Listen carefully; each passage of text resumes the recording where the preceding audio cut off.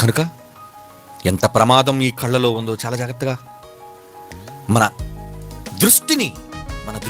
దృష్టి అనుకోకుండా పొరపాటును చూడడం వేరండి. పొరపాటును చూచినా ఆ ఇమేజ్ బ్రెయిన్కి వెళ్ళేటప్పుడు అది నువ్వు స్టోర్ చేస్తున్నావా, అది నువ్వు కావాలనుకుంటున్నావా? ఏమండి, మళ్ళించుకొని దృష్టిని. అలా ఉంటే నీకు దోషం రాదు, నీ దేహానికి దోషం తగలదు.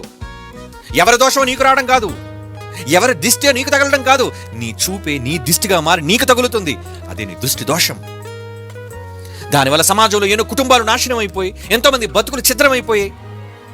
బైబిల్లో చూపించిన ఎన్నో వాస్తవాల వలన ఇప్పటికీ ప్రపంచం రగులుతూనే ఉంది, కేవలం దృష్టి దోషం వలన. అది అవ్వ మొదలుకొని,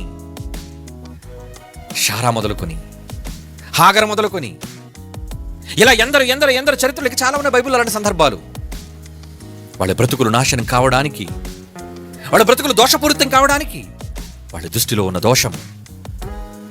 అందుకే దేవుడు చెప్పినట్లుగా నిబంధన చేసుకొని నిజంగా ఆయన వాక్యాన్ని, ఆయన ఇచ్చిన కాటుకును మా కళ్ళకు పెట్టుకోగలిగితే మనం దేవుని దగ్గర నుంచి వచ్చే దోషాల నుంచి మనం కాపాడుకోగలమండి.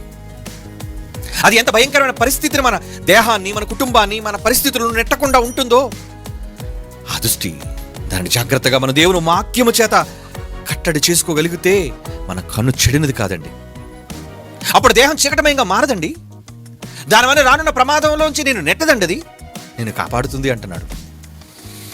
కనుక ఈ దృష్టి వల్ల కలిగే దోషాల నుంచి మనల్ని మనం కాపాడుకుందాం. మన కన్నులకు దేవుని వాక్యాన్ని తెచ్చి మన కళ్ళతో నిబంధన చేసుకుందాం.